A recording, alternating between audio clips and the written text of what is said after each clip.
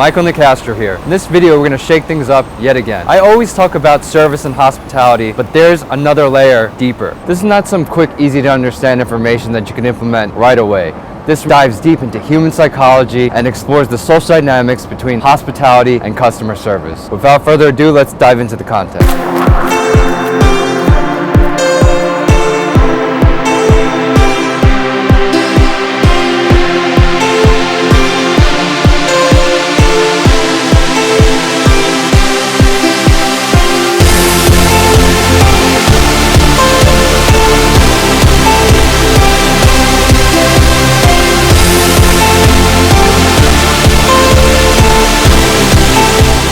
Have you ever gone through adversity with a friend, a family member, or a loved one? Think about that. I'll provide you some examples from my own life. When I was younger, I grew up in an upper middle class household. Both my parents worked. All my needs were basically met. At one point, they both lost their jobs, and the situation around me became a little bit tenser. I could feel that they were stressed. I was probably about 12 or 13 at the time, so I couldn't really help them, and I felt kind of helpless. Over time, my parents both got new jobs, and we all became stronger because of it. We went through the adversity together. Another example, bringing me back to my high school days. Who's ever played sports, I think it's a great way to build camaraderie. So I did wrestling in high school, and that was insane. We did tons of conditioning every day, beat each other up. My practice partner was actually one of the best on the team. He would overpower me every single day and push me to my limit. But I respected him because he wasn't cocky about it. Also, after practice, we would do extra conditioning and run up and down the stairs of our high school. So our high school had 3 levels. Imagine running up and down the stairs after a full 2 hour of practice. During our competitions, we went through wins, losses, and through those experiences, we developed bonds, really deep, close bonds, and we felt like family. There are studies that say that couples going through adversity together, whether it be small arguments about communication style and money, actually become closer. I'm not saying go out and fight with your friend or significant other. That's definitely not what I'm saying, and I don't recommend it. And if you're doing that consistently, I don't have all the answers. You might want to see the therapist. Author Ryan Holiday says in his book titled "The Obstacle is the Way," you want to look at any obstacle as a chance to become better than you already are, suggesting that it is the obstacle that helped shape us and develop our own character and resilience. So with that in mind, it really does come down to a choice. I really wish that there was some sort of magic wand that I could wave over somebody and it would just make them feel better. But if you are to feel better, it's a conscious choice and a habit. So that means you have to do something every day. If you want to experience something you never experienced before, you have to change something that you do every day. But what I'm saying is, when you go through adversity, you have the opportunity to get to know someone, get closer to them, and develop a deeper connection. Now let's talk about managing expectations in your daily life. So let me give you an example that everyone's kind of familiar with. Maybe you're doing some online shopping and you want to order something online. Now, the companies, they're smart. They give you a range in shipping delivery time. They usually say 3 to 4 days or 5 to 7 days. They don't say your package will arrive in 3 days and 50 minutes. Because if they did that, and you received your package in 5 days, you'd be upset. So that's managing expectations. When you get into a relationship, you're both 2 different people. You have a different set of ideas, values, and wants. But if you're not open and honest and transparent about what you want early on, problems can begin to arise because you have a different mental channel. My advice, don't be afraid to tell your partner what you want out of the relationship. If you need help with an idea or you need a suggestion, ask your partner. If you would like them to accompany you to a wedding, why not ask them? Sometimes in your mind, you think you're doing a disservice by asking them, but you're really doing a disservice by not asking them. Now, I'm not saying I know everything, but the truth, in my opinion,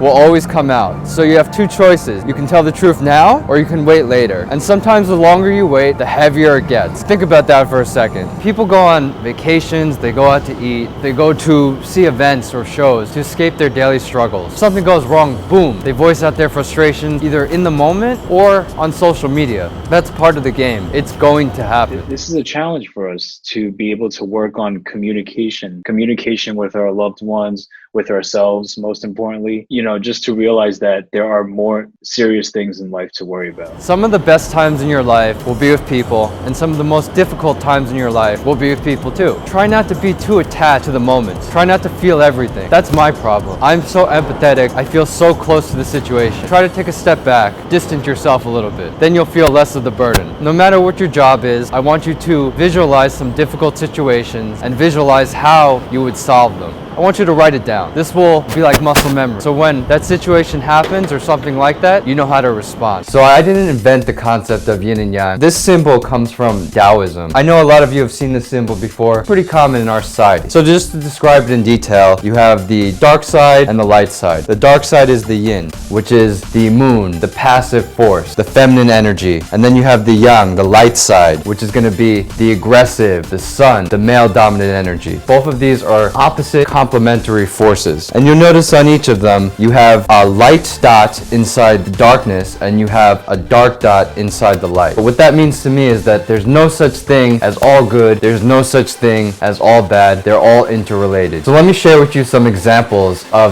yin and yang in your daily life. So in nature, the weather can be both peaceful and aggressive. Think of snowstorms and think of light flurries, water. Maybe you're cruising down a nice peaceful lake, or you're on an ocean during a violent storm and the waves are crashing against the boat. There's a difference. For politics, in the US we have two groups, the Democrats and Republicans, and they have opposing viewpoints and opposing beliefs. But in my opinion, they actually help one another. They check and balance one another most of the time. Not all the time, but most of the time. And now relating it to fitness and health. So a little formula that I wrote out here, and I'm by no means a fitness guru. Working out plus healthy eating plus rest equals results. Say one of the variables is out of line. You're working out 7 days a week and you're not resting, you're not sleeping enough. Are you gonna get the same results? Probably not. Or you have a consistent workout schedule, but you're eating fast food every day. You're probably not going to achieve the same quality of results that you would expect. The point is, life is like this. And so if you're always waiting for the perfect time, I can guarantee you, even if you find a perfect time, something will come along that changes it and it's no longer perfect. And so,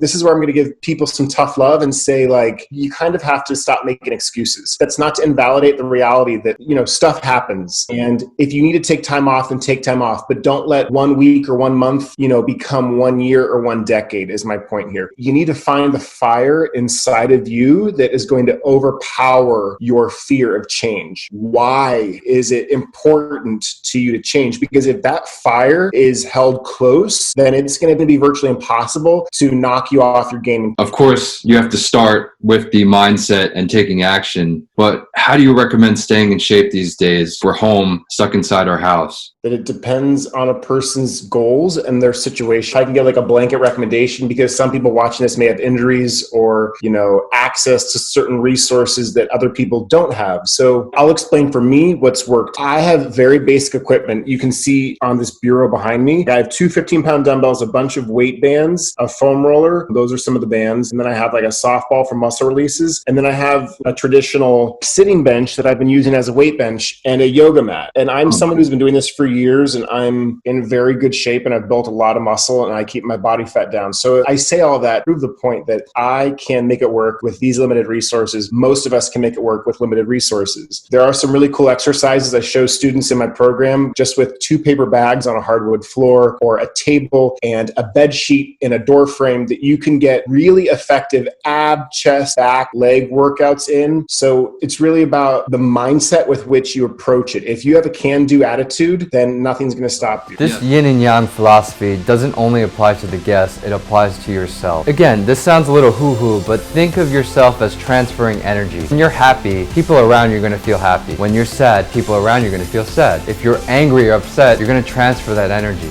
To conclude, I'm frozen. Let's keep that in there.